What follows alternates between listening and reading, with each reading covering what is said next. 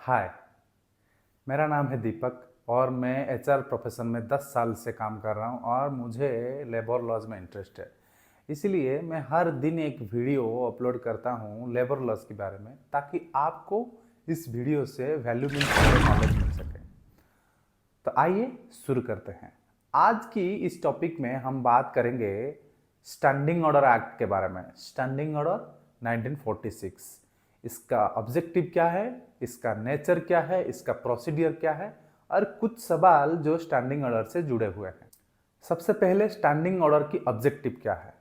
Standing order की objective को जानने से पहले आपको ये देखना होगा, ये समझना होगा, एक इंडस्ट्री में मेनली दो पहलू होते हैं, एक है एम्प्लॉयर, एक है एम्प्लॉई।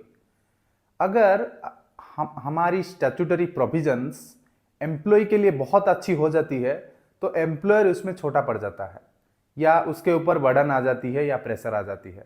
अगर एम्प्लॉय के लिए, एम्प्लॉयर के लिए आ जाता है, एम्प्लॉय के लिए स्टैट्यूटरी प्रोविजंस फेवर में होते हैं तो एम्प्लॉय नीचे आ जाती है, तो एम्प्लॉय डिप्राइव्ड हो जाती है। तो उसको बैलेंस करने के लिए स्टैंडिंग ऑर्डर एक्ट है जो कि दोनों पहलू को बैलेंस करता है। स्टैंडिंग ऑर्डर की ऑब्जेक्टिव ये है to lie down the condition of service for a industrial environment so that the employee as well as the employer become very clear and unambiguous to perform their duty, perform their responsibility, perform their obligations। इसका क्या मतलब है? एक ऐसी व्यवस्था किया जाए, condition of service का एग्रीमेंट किया जाए ताकि दोनों सेम पेज में हो, बहुत क्लैरिटी रहे, इसमें दोनों को काम करने के लिए आसानी हो, एम्प्लॉयर अपने एम्प्लॉय के ऊपर प्रेशर ना बनाए और एम्प्लॉय भी डिप्राइव्ड ना हो जाए। इसका यही ऑब्जेक्टिव है। दूसरा है इसका नेचर क्या है। एक स्टैंडिंग ऑर्डर जब बनता है उसका नेचर क्या है। एक इंडस्ट्री में जो सर्टिफाइड स्टैंडिंग ऑर्डर होता है वो लीगली या स्टैट्यूटरीली कंडीशन ऑफ सर्विस को दोनों के ऊपर, employee as well as employer के ऊपर इंपोज करता है। इसका ये मतलब है ये बाइंडिंग इन नेचर होता है, दोनों के ऊपर बराबर लागू होता है। तो अगर एक बार स्टैंडिंग ऑर्डर साइन हो जाती है तो ये दोनों के ऊपर लागू होता है, चाहे कुछ भी केसेस हो। अभी ये जानते हैं स्टैंडिंग ऑर्डर में कौन से चीजें या कौन से फैक्टर, कौन से पॉइंट, कौन से कंपोनेंट रहते हैं। स्टैंडिंग ऑर्डर एक इंडस्ट्री के लिए बनी होती है। इंडस्ट्री में मोस्टली एम्प्लॉय रिलेटेड सारे एक्टिविटीज इसमें रहते हैं। इसमें लीव रिलेटेड प्रोविजंस रहते हैं, इसमें टर्मिनेशन रिलेटेड प्रोविजन रहते हैं, इसमें एम्प्लॉयमेंट रिलेटेड प्रोविजन रहते हैं, इसमें हॉलीडेज रिलेटेड प्रोविजंस रहते हैं, इसमें डिसिप्लिनरी एक्शन कैसे होंगे वो उसका भी प्रोविजन रहते हैं, absenteeism, duty, condition of service. तो इसमें मोस्टली जो एम्प्लॉय लाइफ साइकिल है उसके बारे में शुरू से एंड तक सारे प्रोविजन इसमें लिखे रहते हैं। और standing order company to company vary करती है, लोकेशन टू लोकेशन वेरी करती है। मान लीजिए मैं ओडिशा से हूं, ओडिशा में जो डायनामिक्स है इंडस्ट्री को लेके शायद महाराष्ट्र में वो होता नहीं है। साउथ में जो डायनामिक्स है इंडस्ट्री को लेके वो नॉर्थ में होता नहीं है। तो इसीलिए कंपनी का जो स्टैंडिंग ऑर्डर है कंपनी उसको अपने हिसाब से बना सकती है और गवर्नमेंट से उसको अप्रूव करा सकते हैं, जिसको हम कहते हैं सर्टिफाइड स्टैंडिंग ऑर्डर। तो अब जानते हैं स्टैंडिंग ऑर्डर सर्टिफिकेशन कराने का प्रोसीडियर क्या है।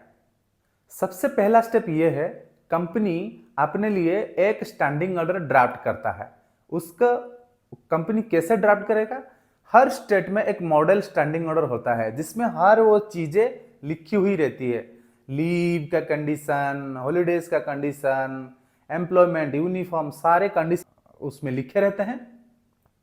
तो कंपनी उसको रेफर करके अपने प्रोविजन के हिसाब से, अपने सर्कमस्टेंसेस, एनवायरमेंट, कंपनी के डायनामिक्स के हिसाब से और फ्यूचर एस्पेक्ट क्या हो सकती है कंपनी के लिए और किस टाइप का उसका मेन पावर है, मेल है, फीमेल है, किस टाइप की उसकी मैन्युफैक्चरिंग प्रोसेस है, किस टाइप की लोकेशन है, किस टाइप की वेदर कंडीशन है, वो सारे चीजों को ध्यान में रखते हुए कंपनी अपने लिए एक स्टैंडिंग ऑर्डर ड्राफ्ट करता है और उस ड्राफ्ट ऑर्डर को गवर्नमेंट के पास भेजता है, सर्टिफाइंग ऑफिसर जिसको कहते हैं।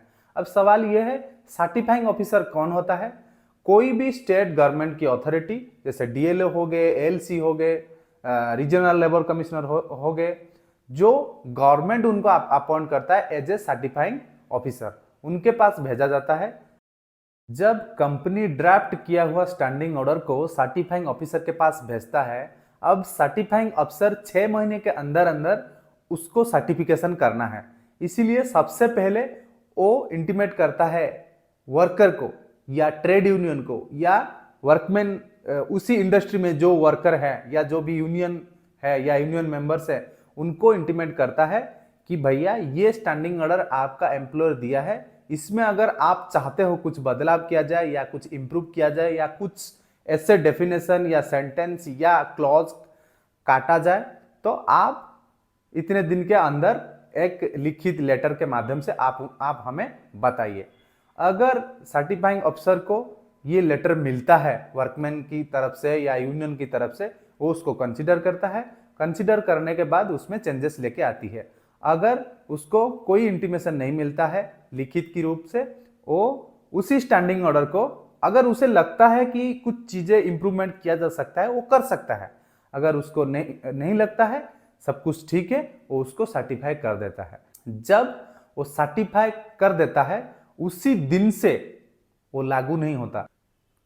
जब सर्टिफाइंग ऑफिसर या सर्टिफाई करता है, उसमें ये लिखा रहता है कौन से दिन से ये लागू होगा, क्योंकि उस समय से पहले वहां पे ये मेंशन होता है आपका फिर भी अगर कुछ प्रॉब्लम है या कुछ इश्यूज है या कुछ ग्रेवेंस है या कुछ ऐसे पॉइंट है जो आपको लगता है, मतलब इधर आपको का ये मतलब है employer as well as worker, इन कुछ इंप्रूवमेंट्स पॉइंट्स हैं, कुछ एडिशन कर सकते हैं, तो 30 डेज के अंदर वो अपील कर सकते हैं। अगर वो 30 डेज के अंदर अपील नहीं करते हैं, जिस दिन वहां पे लिखा हुआ रहता है कि स्टैंडिंग ऑर्डर, इसी दिन से ऑफिस ऑर्डर के माध्यम से वो लिखित रूप से दिया जाता है कि स्टैंडिंग ऑर्डर इस डेट से इंप्लीमेंट किया जा सकता है। उसी डेट से स्टैंडिंग ऑर्डर इंडस्ट्री में या कंपनी में इंप्लीमेंट होता है। जब स्टैंडिंग ऑर्डर इंप्लीमेंट हो जाते हैं, तब उनके सारे terms and conditions employer and worker के ऊपर एप्लीकेबल हो जाते हैं। तो इसको लेके बहुत सारे क्वेश्चन है। कोई पूछता है क्या ट्रांसफर की जो प्रोसेस है, ट्रांसफर की जो कंडीशंस है, इसमें कर सकते हैं? हाँ, बिल्कुल कर सकते हैं। ट्रांसफर की जो भी कंडीशन है आप स्टैंडिंग ऑर्डर में लिख सकते हो। अभी दूसरा सवाल ये आता है, क्या स्टैंडिंग ऑर्डर मॉडिफाई कर सकते हैं? हाँ, मॉडिफाई कर सकते हैं, लेकिन जब स्टैंडिंग ऑर्डर इंप्लीमेंट हो जाती है, तब से आपको 6 महीने तक वेट करना होगा। 6 महीने के बाद आप अमेंडमेंट के लिए या मॉडिफिकेशन के लिए लेटर दे सकते हो। आजकल फिक्स टर्म एम्प्लॉयमेंट को लेकर चलता है। कोई भी कंपनी में अगर स्टैंडिंग ऑर्डर हो चुका है, जहां पे सिर्फ on roll employ, worker, contract labour, वो सारे चीजें रहते हैं, आजकल फिक्स टर्म एम्प्लॉयमेंट करने के लिए भी terms and condition standing order में इंप्लीमेंट कर सकते हो। सिंपली आपको लेटर में लिख के देना होगा सर्टिफाइंग अथॉरिटी को, हमको मॉडिफिकेशन करानी है, तो उसके जो भी क्लॉजेस हैं उसमें आप इंक्लूड करके नया स्टैंडिंग ऑर्डर आप इंप्लीमेंट करा सकते हो। अब जानते हैं स्टैंडिंग ऑर्डर कहां पे एप्लीकेबल होता है। स्टैंडिंग ऑर्डर उसी एस्टेब्लिशमेंट, उसी कंपनी में एप्लीकेबल होता है जहां पे 100 से ज्यादा वर्कमैन होते हैं। वर्कमैन, यहां पे जो टर्म यूज किया गया है वो है वर्कमैन। अगर वर्कमैन का डेफिनेशन कहां से आता है? इंडस्ट्रियल डिस्प्यूट एक्ट से आता है। तो इंडस्ट्रियल डिस्प्यूट एक्ट के हिसाब से जो वर्कमैन है, जो स्किल्ड अनस्किल्ड, जो उसका डेफिनेशन है, उसी कैटेगरी में जो लोग आते हैं, उसी तरह का लोग अगर कंपनी में होता है, तब जाके स्टैंडिंग ऑर्डर इंप्लीमेंट हो सकती है। मान लीजिए आपकी कंपनी प्योरली कॉन्ट्रैक्ट लेबर के द्वारा परिचालित हो रहा है या सारे काम कॉन्ट्रैक्ट लेबर के द्वारा हो रहा है, तब आप स्टैंडिंग ऑर्डर इंप्लीमेंट नहीं कर सकते।